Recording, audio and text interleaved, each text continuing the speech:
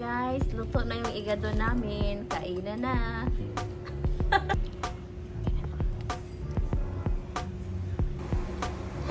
Ito yung mga panghalo natin guys. Carrots, patatas, sibuyas, bawang, bell pepper, rino, green peas, atay ng baboy, karning pork.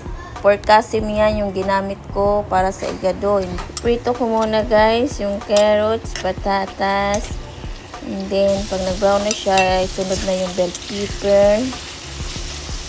Ayan, halo-halo. And then, sibuyas. And then, bawang. Ihalo na. Then, sunod na yung pork kasim. Then,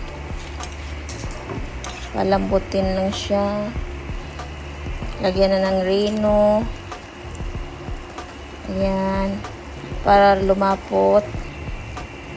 Lagay na yung atay. Okay. Sunod yung green peas.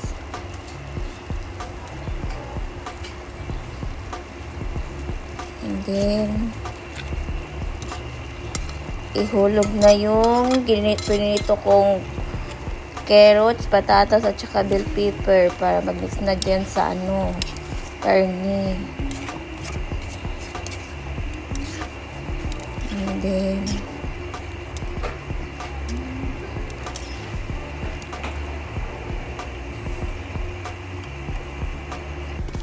okay na to guys.